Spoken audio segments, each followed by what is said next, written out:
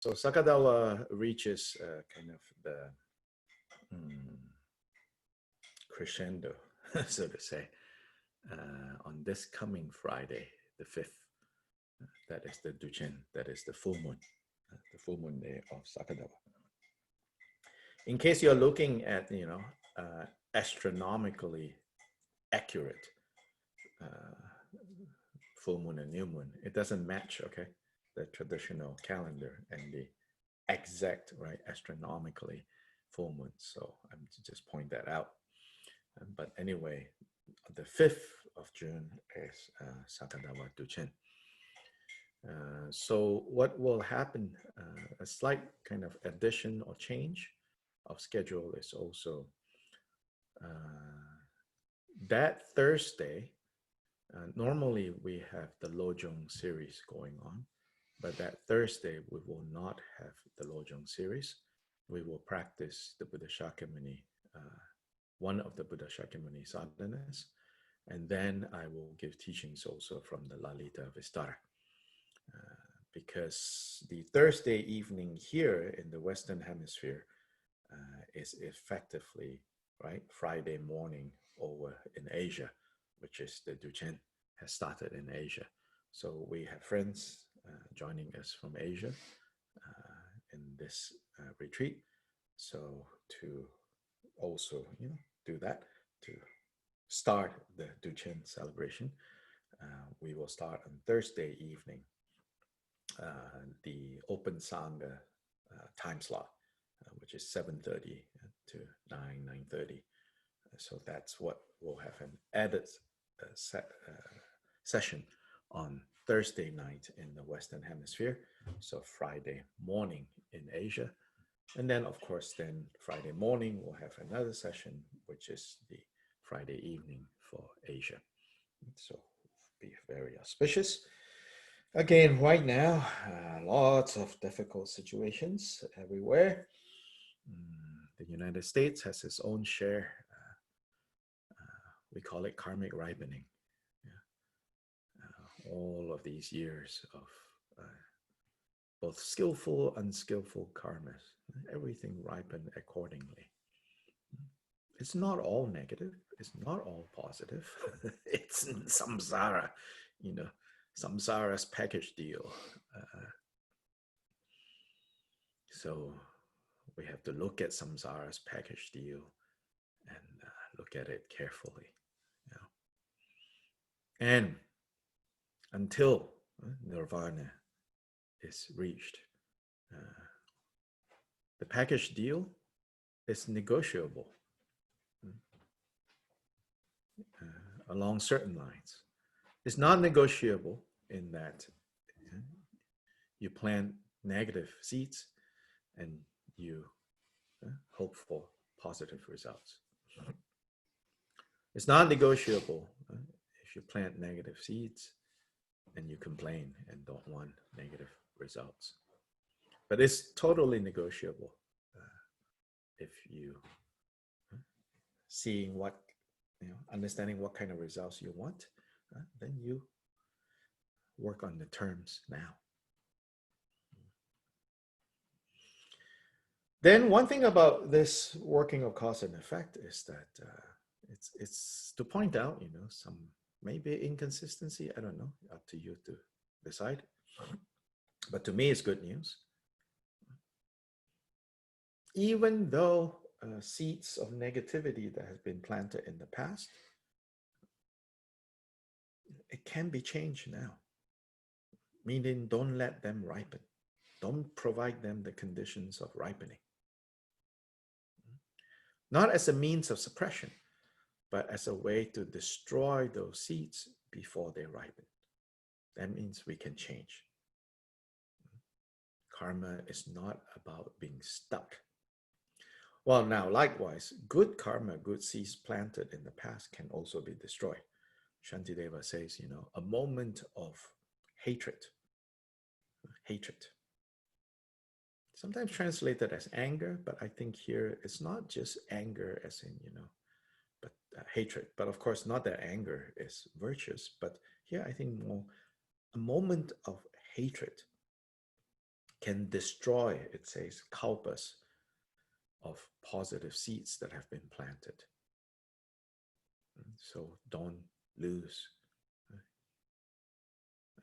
don't lose our ground, don't lose our temper, really, big and small. Things escalate very quickly, even when we begin something with good intentions. Things can escalate quickly, and we have to be vigilant about that. Otherwise, all the good that we're trying to achieve, can be easily derailed because emotions are very high. Again, none of these teachings are to be projected on others, are to be used to judge others. That's the other thing. Don't weaponize the Dharma. Particularly then in Vajrayana circles, the notion of samaya is weaponized to terrorize the disciples, the fellow disciples, and then more generally, even karma, theory of karma, or the teachings, sometimes people use that unknowingly often, but effectively weaponizing teachings on karma, saying, oh, look at those people, they shouldn't have done this, they shouldn't have done that, and this and that, No, dharma is never to be used as a way to judge others. Dharma helps us to see more clearly so that we can make better choices. Yes, so please remember that. So now 15, chapter 15, around section 40. So there,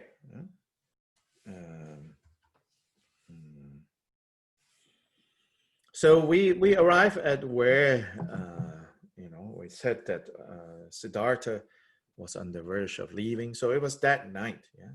So the gods have further dramatized, right, the true kind of, or the sights that he has not noticed so much, So all his concubines, all his, pretty girls, all his, caretakers, they have all been put under a spell and they are fallen asleep. The makeup is all smeared, they're drooling, their hair is all over the place. And so to kind of emphasize, like, look at all of this, right? And they look puffy. So,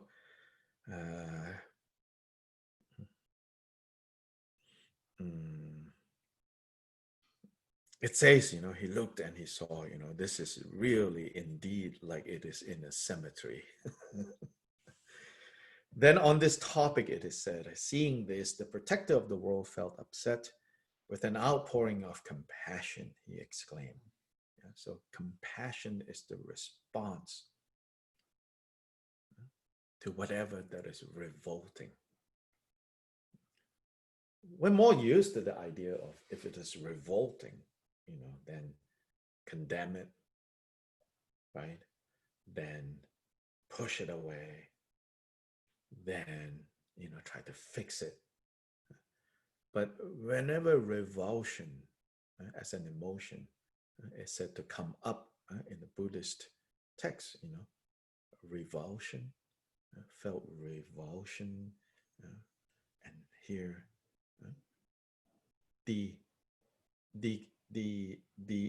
effect of that is to touch our compassion. It's to trigger our warm-heartedness. His Holiness the Dalai Lama gave a 2-day empowerment, first time virtual empowerment. In the past, they have live streamed the public empowerments that he has done. Like Kala Chakra and this, they have live streamed there. But it wasn't presented as His Holiness giving the opportunity for people far away by watching, by participating online to potentially receive the empowerment.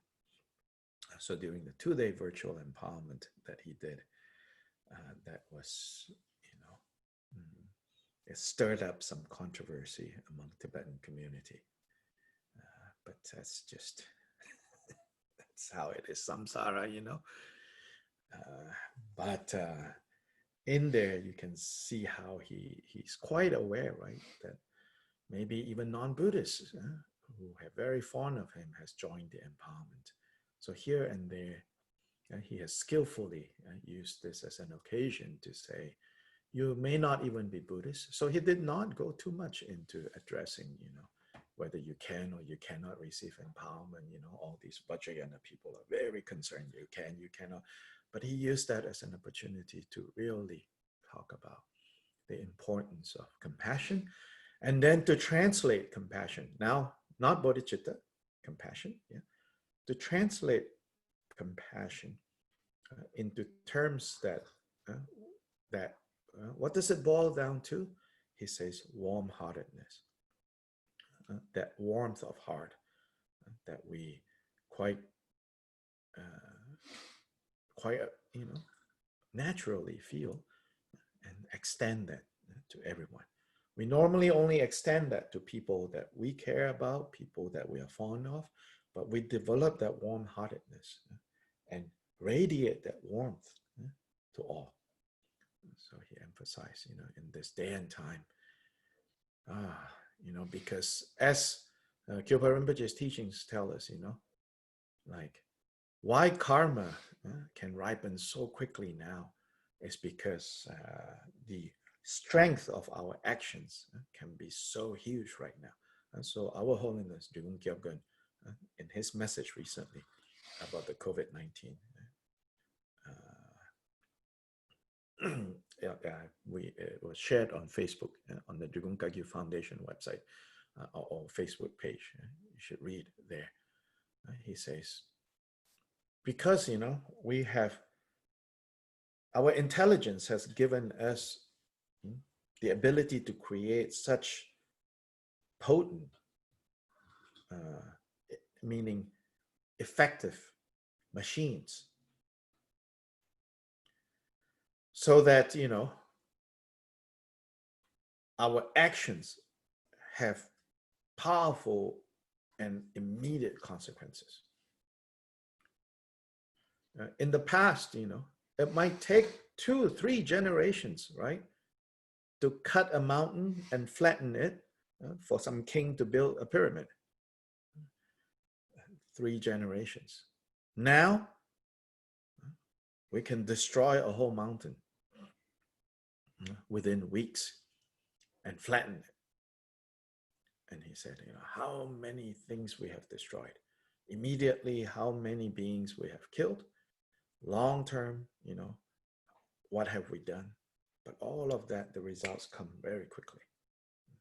So His Holiness Dalai Lama then is pointing out, like, these days, there's so much happening. So more than anything, compassion, warm-heartedness that we have to develop. I think more and more, as the situation with the pandemic becomes, and the consequences of that. First the virus, then the economic consequences. And as that becomes more difficult, we can, expect, if it doesn't happen, very good, but we should be ready for more unrest in different places for different reasons. The unrest in the United States right now, it's due to, the racial, ethnic injustice and the history and the karma of slavery. Other places will have other kinds of karma, other kinds of situations, because the conditions for suffering have been stirred up. And as long as causes are there, The conditions of suffering that has been stirred up will meet the causes and bring this up. So compassion is much needed. So anyway, coming back to here, then he says, this gathering is so miserable. How could I find delight in this assembly of demonesses? Flawed and obscured with delusion is the judgment of he who thinks that worthless sense pleasures are meaningful. Like a bird caught in a cage, one never regains one's freedom. So in fact, he is pointing out how those things that we habitually label as pleasurable, in some ways, they are even more dangerous than those things that we habitually label as undesirable. Pain. Because pain and that which is undesirable, we don't get trapped so easily. We say, I don't want that. But it's those things that we habitually label as pleasurable, as desirable. They are the things that we have to be more vigilant in the presence of that going on. Because what happens is that they then, is part of the, Mara saying, oh, you don't like this prison? How about we improve it? How about we do some remodeling? How about a new kitchen? How about some new clothes? How about a new makeover? Hey, there's this diet that will make you look more fabulous in this prison. And so we go right back in. We're like, okay, where do I sign? Oh, 3-year contract. Oh, that's okay, I get a free new phone. No, 3 more years. But we sign.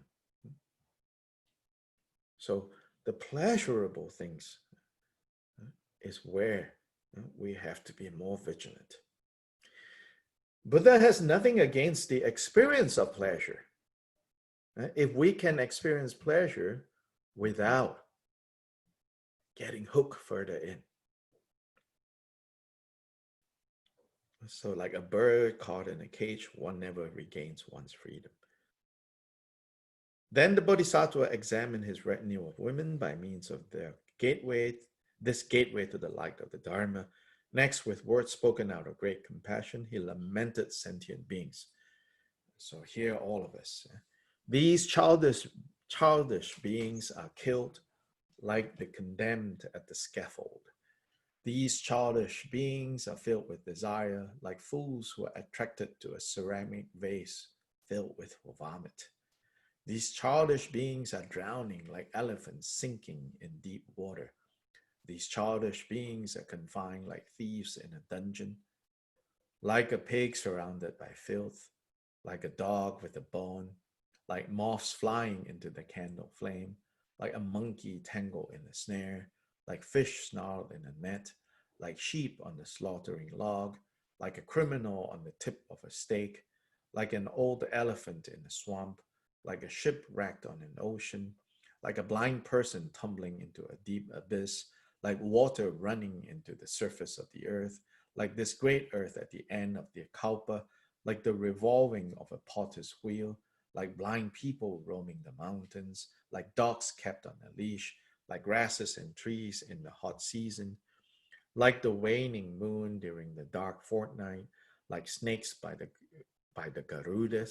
Garudas and snakes are natural enemies. Like ships by the huge sea monsters, like a traveler by a horde of thieves, like palm leaves in a storm, like someone bitten by a poisonous snake, like fools licking a knife smeared with honey, so sweet, ouch, ouch, ouch, so sweet, like wooden logs taken off by the river, like children toying with their own excrement, like elephants by the mahout's hook, like a simple-minded person by a charlatan, like a gambler losing his wealth, like merchants consumed by demonesses.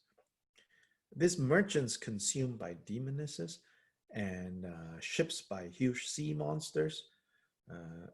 It's a theme that many seafaring cultures seem to have, that in the oceans, there are these demonesses, uh, sort of like, I guess, the sirens, yeah, in the Greek mythology, and sea monsters. So it's an interesting kind of recurring theme across cultures. Mm. So the Bodhisattva examined the retinue of consorts by means of these 32 similes. He contemplated the impure nature of the body and developed a feeling of repulsion and then disgust. Next, he meditated the fact that his own body was just like theirs, and so he truly saw the shortcomings of the physical body. Then he let go of his attachment towards the body, destroying his perception of it as being attractive and instead seeing it as repulsive. He saw that the body, from the soles of the feet all the way up to the top of the head, is made of filth, produces filth, emits filth. At that moment, he exclaimed the following verses. So here, a couple of points to make. First, it is not just that other people's bodies are repulsive, quote unquote. Ours too. So this is important because in the past and often even now, these descriptions of how, his consorts' bodies, or later, other women's bodies described in these terms, people dwell on that and then think that somehow women are particularly have this problem. No, these texts were generated by men, by monks, and transmitted. And so the focus in describing is in that way. But unfortunately, it has given rise to discrimination. But here it points out, seeing that about basically putting aside labels of male and female, seeing whatever attractive bodies that you habitually label as attractive, seeing the true side of that, the other side, you could say, then you also see your own and realize that. So that's the important point, so that you will not be obsessed. You will not be so under the power of always looking for these nice bodies, right? Second point is more to, I think, a point that we need to talk about, or at least say something about, which is this should not turn into self-hate. There are a lot of people who are very uncomfortable in their own skin. Unfortunately, so much of the economy is about selling things to us to tell us how we can make our bodies better and fits better the most current kind of fashion magazine produces view of what is desirable, what is beautiful. Yeah. So self-hate of the body is also not the answer. So don't misunderstand when it says that, the Buddha or Siddhartha saw the filth and he was repulsed by it. If this then triggers, or enhances, because some of us already have this, right? This baggage, this weight of thinking, I'm not beautiful, I hate this body, I don't like this. That is not the intention of these passages. The intention, right? The language might trigger the wrong thing, but the intention of these passages, when it says the body is made of filth, produces filth, emits filth, it's to get us to see and to gain freedom from whether it's nice, whether it's not nice, whether people praise it, whether people don't praise it. Basically, is to say it does not matter. I am comfortable, as we say in English, in my own skin. I have no apologies for how I look, how people like or people don't like. Doesn't matter. Then on this layer, we can say, in the context of Tibetan Buddhist practice, where we practice all three yanas together, yeah, in this issue, I want to remind you, I said on the Hinayana level, we say, this is a skin bag with 9 holes. Remember that? Yeah. This is a skin bag filled with filth, meaning stuff that oozes out of this skin bag. Constantly, you have to manage waste management. And there are 9 holes. More than 9, you need to go to the hospital immediately. Less than 9, if you wait a day or two, problems will start. Or if one of the 9 is blocked, infections will turn up, then even more filth. But 9 holes basically. So to be able to see, right, this thing that we cherish so much and spend so much time. I mean, just think, like how much time we spend, on maintaining this. Again, elsewhere, there are a lot of teachings to say, how we have to take good care of this body, because on the basis of this body, we can achieve freedom. But where is that line between taking care of it, taking good care of it, and superficially pampering it, making it nice, making it good, making it beautiful? And then when people say things, whether for praising it or blaming it, then we get all worked up. That is not taking care, right? So the first point to see is a skin bag with 9 holes, Hinayana. In Mahayana, it says, when bodhicitta arises, then this body becomes like a temple. Because bodhicitta, which in whatever body bodhicitta dwells in, bodhicitta is like the Buddha, and then the body is like the temple. Then when we arrive at Vajrayana, then it is said that every single element of the body and the mind, all the different aspects of mind, all the different aspects of body, is basically divine. The body is the body mandala, the physical palace. The mind are the 5 Buddhas and their retinue. All 3 yanas, all 3 views do not contradict.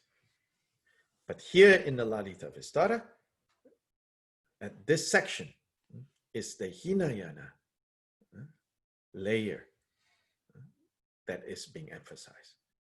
So it says, grown in the fields of karma and born from the water of craving, we call it the transitory body. Not permanent. It's always transitioning. It's always changing. It's always moving. This body is moist with tears, sweat, and mucus, and filled with urine and blood. It is full of all kinds of filth, fat, pus, and brains. It constantly leaks excrement and it stinks. You're like, no, it doesn't stink. Really? Have you walked down that supermarket aisle? If it doesn't stink, why is there so many different types of soaps and shampoos? What we don't like it when we say, oh, the body stinks. And we're like, well, no, it doesn't. Just walk down the aisle and see how many types of deodorant, how many types of soap, how many types of shampoo, right? If it doesn't stink, are you crazy? You do need to sell so many types? So here, it stinks, okay? It is made of bones, teeth, and hair, and is covered by a hairy skin, packed with intestines, livers, spleen, lymph, and saliva. It is weak. It is like a machine held together by bones and sinew, and adorned with flesh. And then that adornment, some of us want more flesh, and someone less flesh, right? It is filled with diseases, subject to pain, and always afflicted by hunger and thirst. The body of beings has many cavities and transforms into old age and death. Seeing the body, what wise person would not think of it as an enemy? But again, be careful with this language. I always say, I wouldn't just give this to anyone to read, really. Already there are people, due to their relationship with this body that would harm their body because of having a wrong view. And then to read this, to say, oh, this is an enemy. Not in that sense of enemy. It means if we don't see it clearly, we can let body become a basis of so much suffering.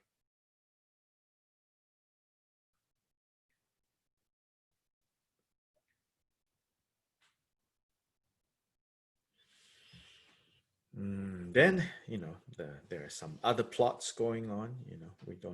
I'll leave it for you to read these different parts. Anyway, the Bodhisattva resolves, it's time to go. So section 54, Bodhisattva called his charioteer, the one that will lead his horse, Chanda. All the auspicious signs have come together. Without a doubt, I will accomplish my wishes tonight. Chanda, don't vacillate or delay. Ornament the king of horses and bring it bedecked to me. So he is ready to go. But, his charioteer is concerned, worried, and say, where are you going? And Bodhisattva replied, section 58, Chanda, tell me, for what purpose then? So basically, the charioteer is trying to say, don't go, stay. Then he says, wait. The Bodhisattva said to him, for what purpose then have I in the past forsaken my arms and legs and eyes? I have given up my head, my beloved wife and children, my kingdom, wealth, gold, and clothes, elephants and horses laden with jewels, swift as the wind and of great power. For trillions of eons I have trained in discipline and patience, delighting in diligence, the powers, concentration, and knowledge. Therefore, once I attain the auspicious peace of awakening, the time has come for me to free beings drowning in the ocean of old age and death. And so he's telling his charioteer,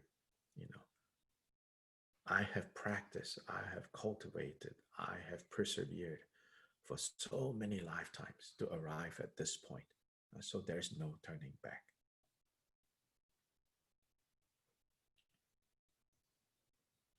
So Chanda recognizes that, and he says in 64, my Lord, there is this prophecy and it cannot be denied.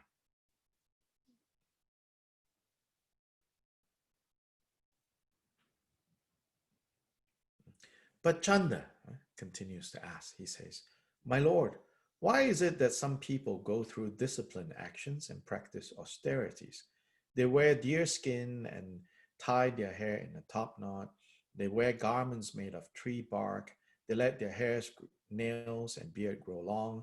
They take pleasure in torturing their bodies and go through various difficult torments. They take up the harshest of austerities because, as they say, they wish to attain the best among gods and humans. But you, Lord, you already possess this good fortune.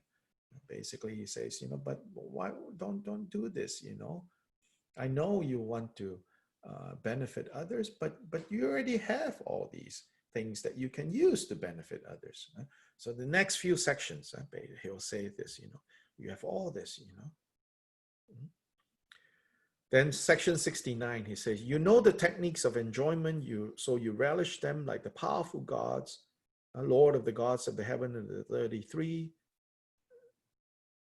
Later, when we are old, we can practice disciplined conduct and austerities.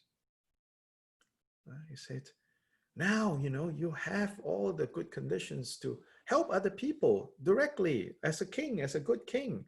Your dad is going to give you the throne, why don't you make better use of all these resources? You've been born into privilege.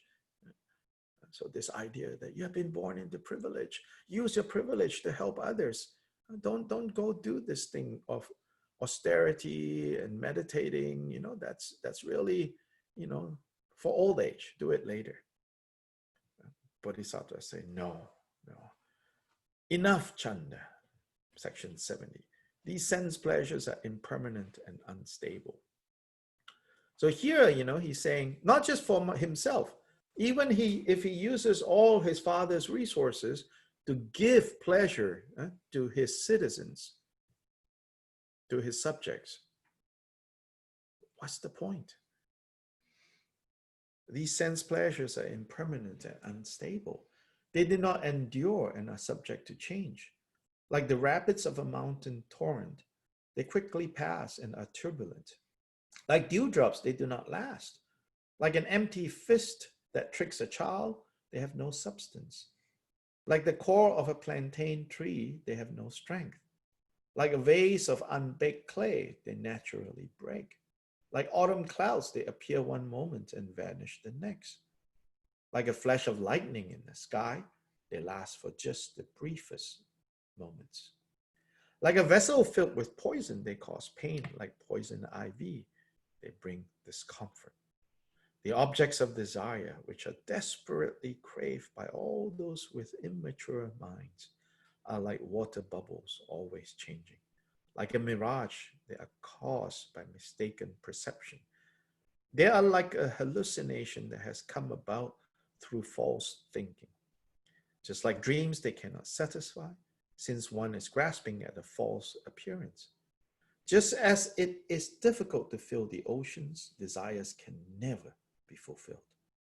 Like salty water, objects of desire only make you thirstier.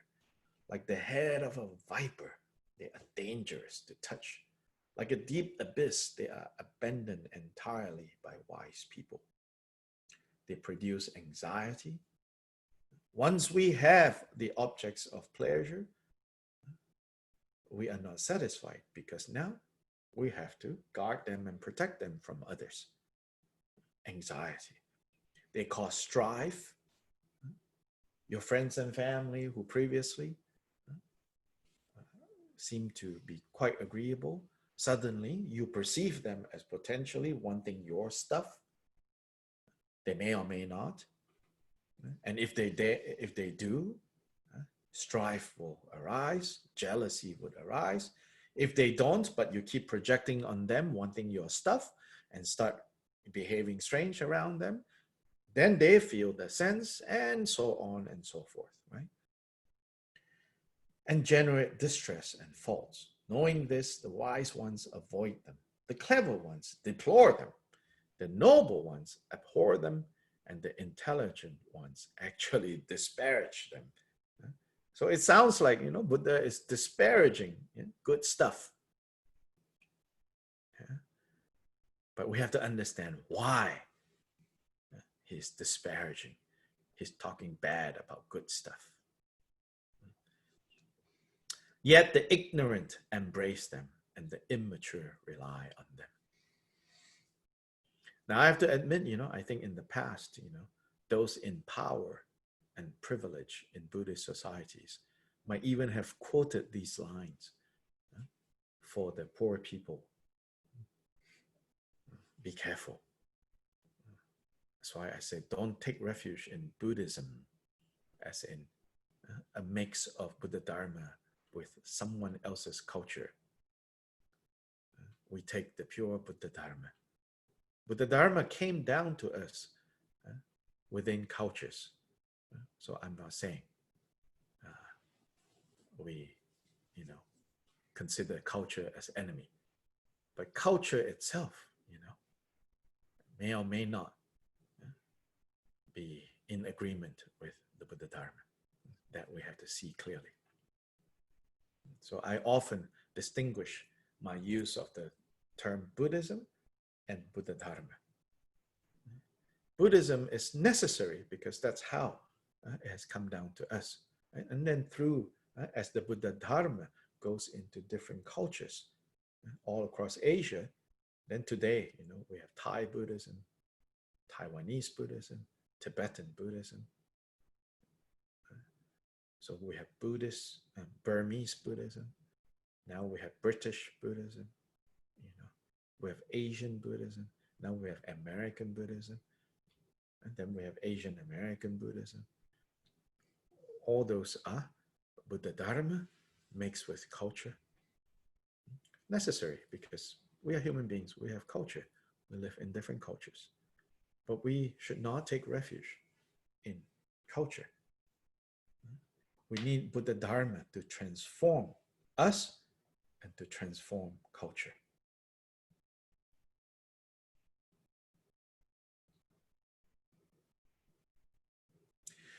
In this next few sections,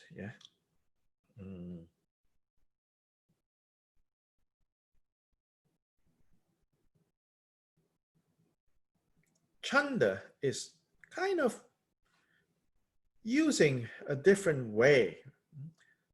Earlier, the father says, let's get the guards, and the mother says, let's get the women. Chanda has a more sophisticated way to try to stop the prince from going. Yeah, he's going to say, I don't know, look at those ascetics.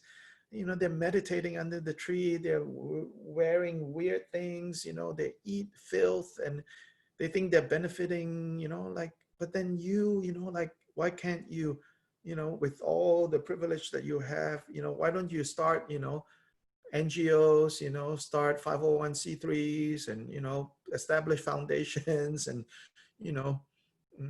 do all these things and help others. Basically he gives this kind of seemingly very reasonable excuses. We can even think of this as, whether Chanda is actually there or not, these are things that Siddhartha is thinking through. And these are things that we often are thinking through. Don't read the story of Siddhartha like it's something that happened in the past, happened to someone else. This is an allegory for our path. So along our path, fathers have turned up, with, guards and doors and locks. Mothers, quote unquote, have turned up with women or with men, or women and men, to seduce, so to say. Then our, driver, Chanda is basically his driver, his charioteer, will come up with, and these are all, parts of, you could say, our stuff of a psyche, trying to talk us out of this resolve to be free. And not just only to be free for ourselves, but to be free for others. So Chanda, so if the mom and dad is taking the direction of, think of yourself, think of yourself, think of yourself. Chanda, in fact, is understanding his master's psyche, way of thinking. He's trying to appeal to him by saying, you can help more people this way. That other way, who knows, you may or may not be helping others. So these are all the voices that we hear, But like the bodhisattvas, like the bodhisattva here, section 77, we have to say to those voices, listen, Chanda. In previous births, I have endured hundreds of sufferings, imprisonment, slavery, beatings, threats, all on account of desire. While my mind was fixed on conditioned things, I could not gain liberation. Then under the sway of carelessness and overcome by delusion, I was blind in the past, covered with a veil of wrong views. Such views made me grasp at the notion of a self and perpetuate the experience of sensations, all due to not knowing the Dharma. All things move and change and are impermanent like clouds. They may be likened to a flash of lightning. They are like a dewdrop on a blade of grass and deceptive like an empty fist, meaning there's nothing in there. They have no essence and no self and lack intrinsic existence in every way. So my mind is not attached to objects anymore. Chanda, bring Kantaka, his horse. Well adorned, the supreme king of all horses. My auspicious aspirations from the past have been fulfilled. Overcoming everything, I will become a master of all phenomena, a king of Dharma, a sage. Chanda is not going to give up so easily. And likewise, those voices in our heads are not going to give up so easily. More, reasoned excuses. Each time, he says, no, look, I have tried all these things that you talked about. I have. And they don't bring any satisfaction. I am done with them. I am finished with them. And so if you read through this section, it's really, it's actually much better if you read out loud, then you're not in a hurry. And then you just don't like, oh, summary, then, but you read out loud, then you hear, right? And you can sort of imagine, yeah, these are the struggles that I, in various forms, I go through this all the time, But the resolve to be free, if you can firm it up with understanding your involvement with Dharma in this life is not accidental. And it's not just because you took a class in Buddhism when you were in high school or college.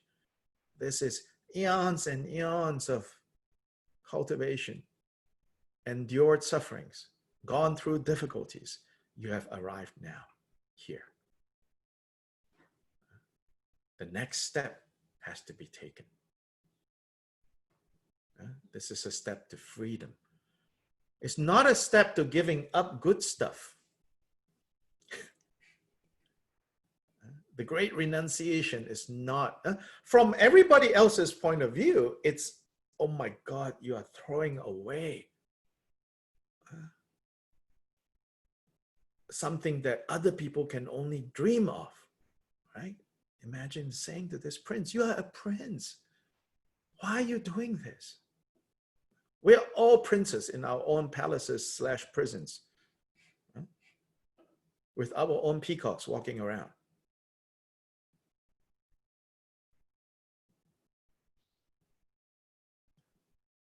Do we want to be trapped? Do we want to be free? This is the question. So we will end today, and we will continue. Tomorrow, Monday, is the practice, of course. Then after that, we have Gongchik study. Today also we're ending a little bit right on time because I have immediately smoke offering outside. So Melissa, I'm not able to have class today with the Little Rock group. You all stay safe. I know Little Rock, it's also, there's some turmoil there. Everybody stay safe. Don't forget the Dharma. It's a very complicated situation. Requires that however we act, remember that we have the Dharma to help us kind of navigate through these difficulties. There's no easy answer to this situation. It's so difficult, so complicated. There's no easy answer. Yeah. So bodhicitta, the supreme and precious bodhicitta, where it has not arisen, may it arise. Wherever it has arisen, may it not decline, but ever increase higher and higher. Changju Semju Rinpoche Ma Gye Banam Gye Gyurchi Gye Ba Nyam Pa Me Pa Gong Ne Gong Du